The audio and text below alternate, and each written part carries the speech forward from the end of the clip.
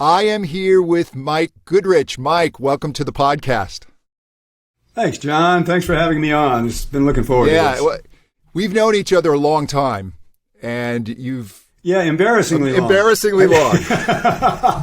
And it keeps getting longer. But you are, in my short list of true vocal mentors, you are right there at the top of the list. Thank you. So meeting you was certainly life-changing, and the reason I'm excited to have you on the podcast is I want my audience to know about you and the exciting things, if they don't already know, that you're doing with mindset, because I think that's an overlooked area. It's hugely overlooked. I think that's probably the reason I got into it. Is I was just noticing a lot of things about myself, and then noticing a lot of things about students. And we're technique teachers. We teach a great technique, and we do what we know works.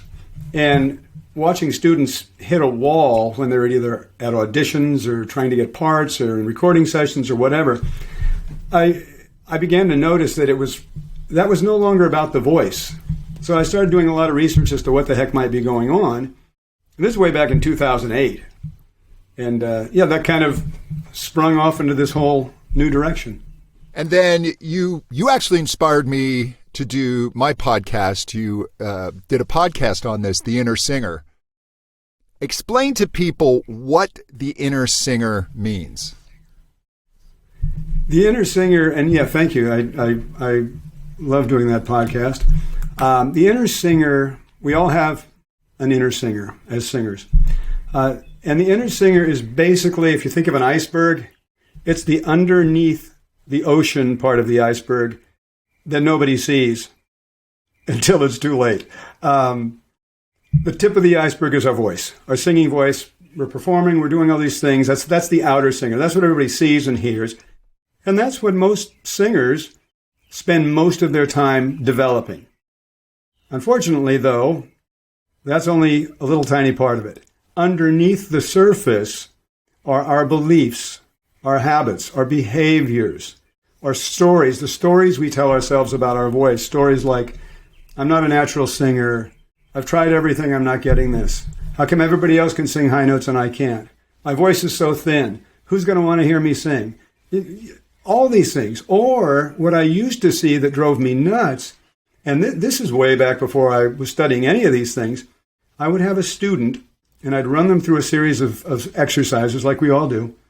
And I would notice that there would be virtually no reaction to things they did well. So they'd just be running the scales, things would go well, no reaction. And yet I would notice a tremendous negative reaction to things that they interpreted as not very good, unpleasant, what they didn't want to do. So they'd hit one bad note, one clunker, their voice would crack, something like this, and that you would literally see this. For those of you listening on audio, I'm cringing like crazy. You'd literally see, for those, again, listening on audio, I'm making incredible bad faces. I'm cringing as if I just saw something or heard something horrible. And that would be their reaction. And I used to think, that probably isn't good. And when I got into the research on this, I discovered that it not only isn't good, it's actually getting the singer what they don't want, because it's telling our brain, I'm getting a little ahead of myself, but that's okay. We're telling the brain with the emotion that we're exerting towards that sound that we find unpleasant. The emotion is what charges the circuitry in the brain and tells the brain he or she wants more of that. And so they're virtually not reacting at all to the great stuff that they actually want. They're reacting hugely emotionally negative to the things they don't want, which our vocal GPS at that point starts heading to get us more of that. And when I found this out, I thought, okay, this is life-changing stuff for people who will listen to it. And then I developed a whole methodology in terms of teaching it specifically to singers. This instrument, and I've said this before, because I play piano well enough to teach, comp along with students. I play guitar for fun. I play drums. I played at a pretty high level when I played drums for a living. But no instrument has ever caused me the frustration that this instrument has. Like literally throwing up my hands and saying I quit. And what happens is I blame my physical ability and my technique while I'm actually just mentally starting to spin myself out of control, and I'm trying to fix the wrong thing. Yeah. And I completely understand. I had what I call a Salieri Complex. For those of you who've seen the movie Mozart, and if you Amadeus. haven't, you need to see it. And if you haven't, you must see it. You must see it. So I was Salieri, standing there with my fist in the air, cursing whatever God anybody believes in. All of them. Exactly. Cursing all gods, especially the voice god. Why in the world do I know what I love? And I can see it, and I can hear it, and I have this great desire for it, and yet I can't do any of it. Why am I cursed like this? What the heck is going on? And of course, as I would later find out, those are all the wrong questions to ask, because you get a bunch of answers you don't want.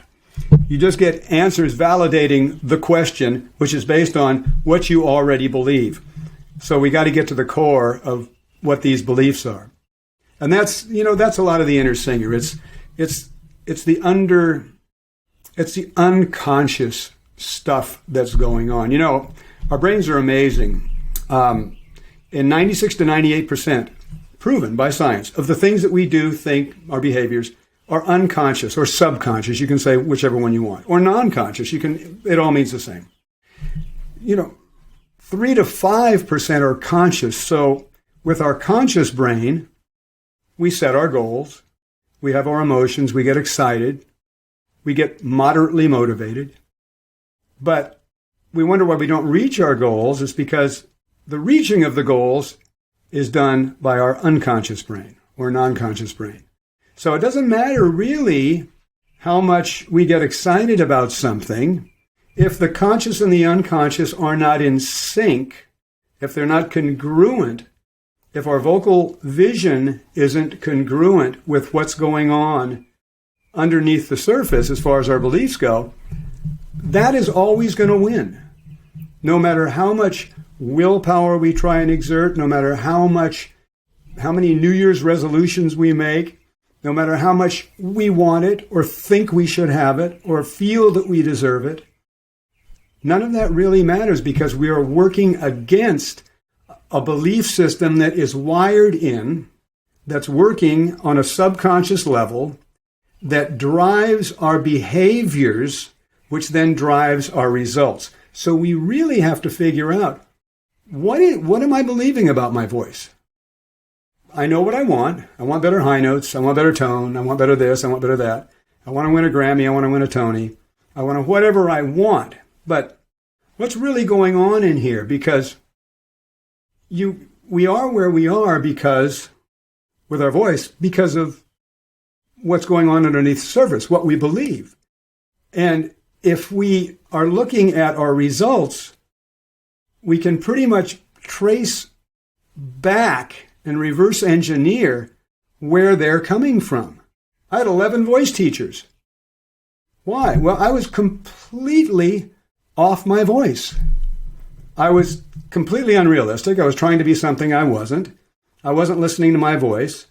I had this thing I wanted with my conscious brain and these goals I set, and I was so out of bed. It's not even funny. And then there's the battle between technique and singing. And I think one of the dangers of studying so much, and I warn my students against this, and I've certainly experienced this, is you can become overconsumed with proper technique. And I remember at one point being so frightened of pulling up my lower register, of pulling chest, of being too open on the vowel. And I just was constantly singing in this just over careful, scared place. And one day I pulled out, and I remember the song. It was Anthem from Chess. And I just said, I'm going to sing this, and I don't care if I'm right. And when I was done, I started crying because it had been so long since I experienced the joy of singing. And so talk to us a little bit about this battle between technique, because we obviously need some level of technique, right? I can't go out there and just scream my head off and lose my voice. But this almost battle between technique and the mind. Oh, yeah, it's not even an almost battle, really. It's kind of a battle. To backtrack on something you said, though, because you are my comrade in arms on that, because I had the exact same experience as you just related, and it was transformative, and I'll tell you why, much like yours. And this will lead into the question. I was in my one-bedroom apartment in Van Nuys about 30 years ago. Maybe not quite 30 years ago. And I have all these musical scores. And I, as you, was trying to sing a song that I loved. As a matter of fact, I think it might have been This Is the Moment from Jekyll and Hyde. It was some musical theater piece. Oh, yeah. And what's the high note on that? And is it an A? Well, if you go damn all the odds, yes. Can I say that on this podcast? You can, yes. We'll let a damn go through. But two more and the rating changes. Yeah, that's and so as can be proven by the scores, musical scores over where you can't see them, but they're over there in a big cupboard with broken bindings, by the way. And the reason they have broken bindings is not necessarily because they were overused and I was singing them so much. They're broken bindings because I used to throw them against the wall. Same.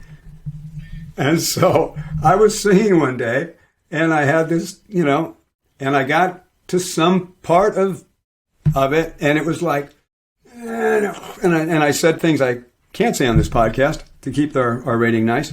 And the pages just flew, and I'm actually not exaggerating. This is really true stuff.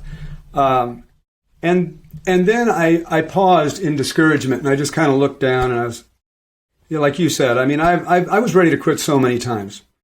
And for some reason that day, something my dad said just popped into my mind.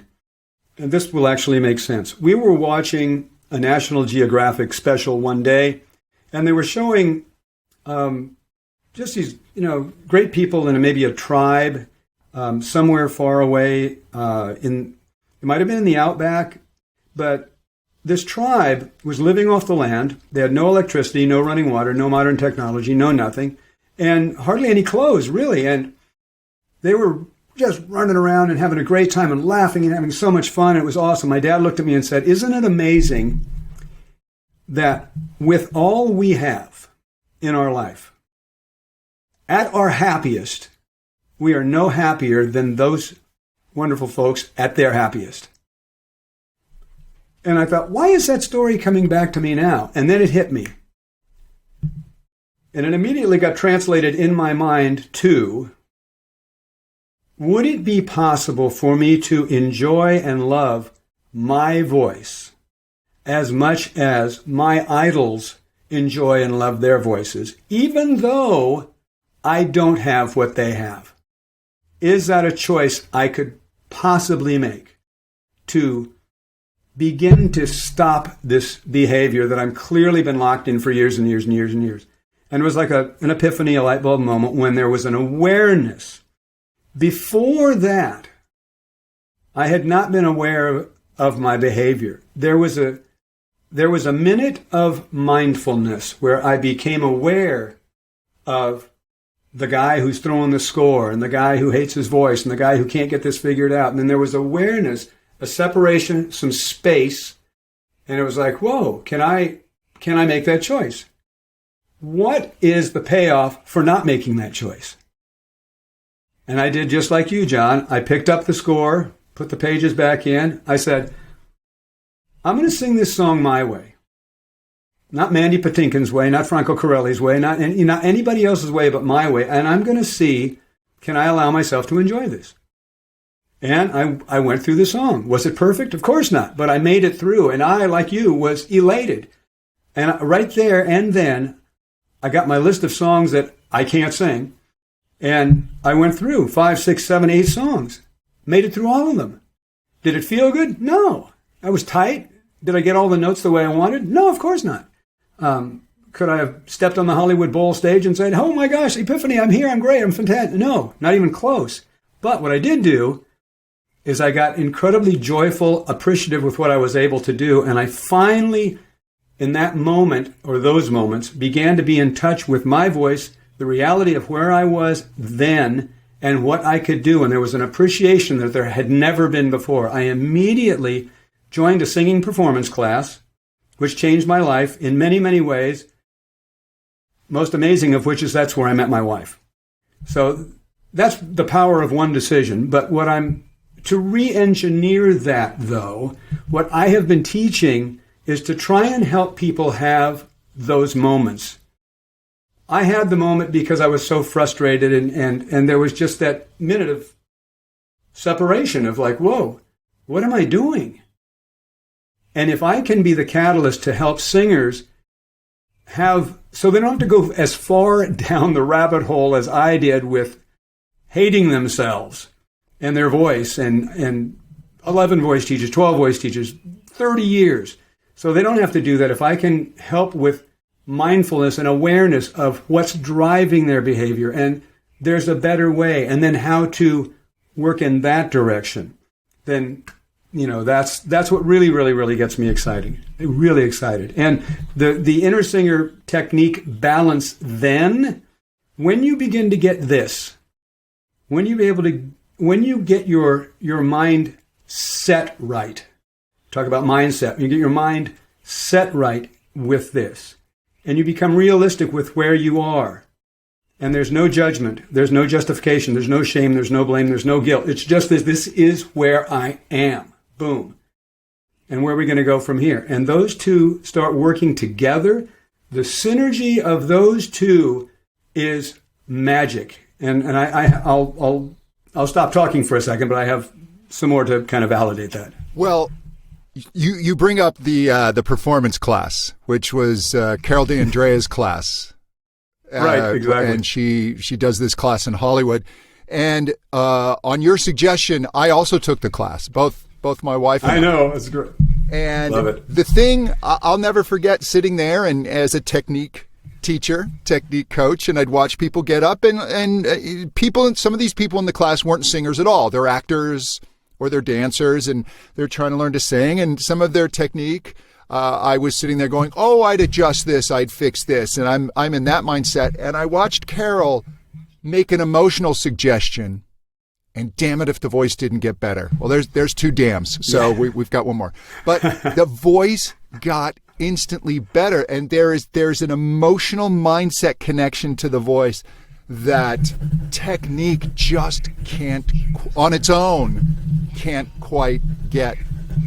And I want you to talk, obviously expand on what you're talking about, but I want to talk about your course, because previously, for people to work this way with you, they had to study with you. And, I've studied with you, my wife has studied with you, and you are more than worth the money, but not everybody can afford your rates. And so you've now taken everything into an online course that people can get. And explain how you've taken all of this where we can go through it ourselves. Yeah, you bet. Thank you for asking. It's called the Inner Singer Program, and it's a home study course, and it utilizes a lot of the tools and strategies that they've discovered in the latest neuroscience. We talk about mindfulness and being aware, like I talked a little while ago. We talk about, like I'm royalty. I talk about what I call the vocal GPS, which I alluded to.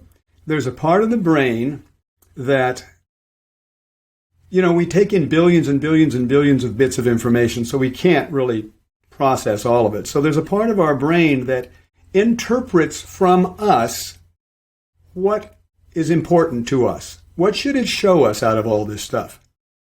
For example, if you decide to buy a new car and you want to get a red Volkswagen convertible, all of a sudden it's like, I didn't know there were so many around. You start seeing them everywhere. It's like, gee whiz, Why? Because you have now told your brain, this is of great interest to me. Pick them out. Find them for me. I want that car.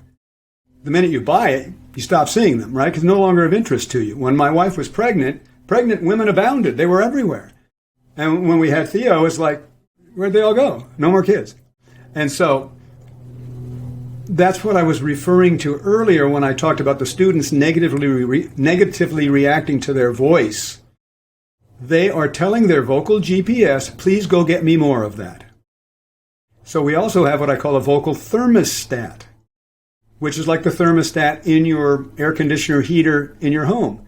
When you set it at 72 and it's summertime in Los Angeles, you set it at 72, starts to get 73, 74, thermostat kicks in and brings the temperature back down to the comfort zone. We have that in our brain. It's called a cybernetic mechanism. And so if our unconscious comfort zone, let's say as a man, I'm a man, I'll talk about that for 1 second. It's obviously for everybody, but I'm going to use notes. If I'm a man and my unconscious set point for my thermostat is set at an F4, the F above middle C. It's as high as I've ever sung. I strained to get there. That's now what I believe is my highest note. I can go to a teacher, and the teacher, John, me, any really good teacher, can help you and sneak in the back door behind those beliefs and navigate during the lesson into a higher range. And you will not be able to find it on yourself, on your own, not be able to utilize it, not be able to use it in a song, and you'll wonder why. And you'll come in and the teacher will help you because the teacher is now running your voice. It's kind of like if you were flying a plane. If you're learning to fly a plane, you're sitting next to the pilot who's the teacher, and he's flying the plane. And all of a sudden he says, hey, take the controls. And you take the controls and you kind of feel, but he's still flying the plane, but you're kind of feeling everything, but the teacher is still flying the plane.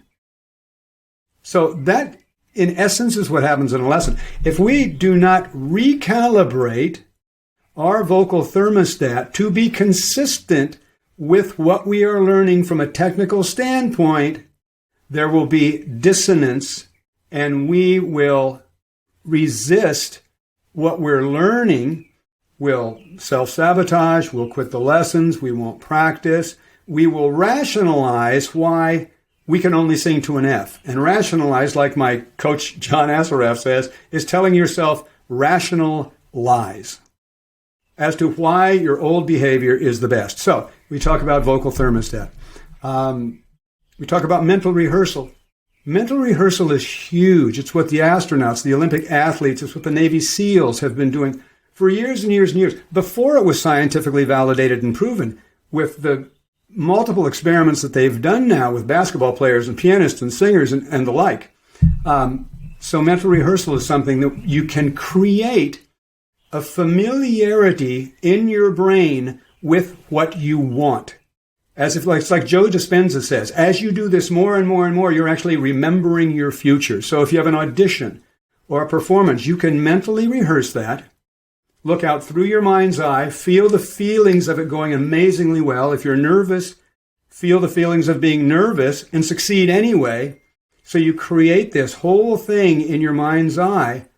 And the amazing thing about the brain is when you do that, the brain doesn't know the difference between real and imagined. It gets that you had that experience. So if you have stage fright or you lack confidence when you're singing and you mentally rehearse getting up there and succeeding in spite of the nerves, your brain gets that you're doing that. And now you're building your neural muscle and your neurocircuitry to that future event that you are creating in your brain.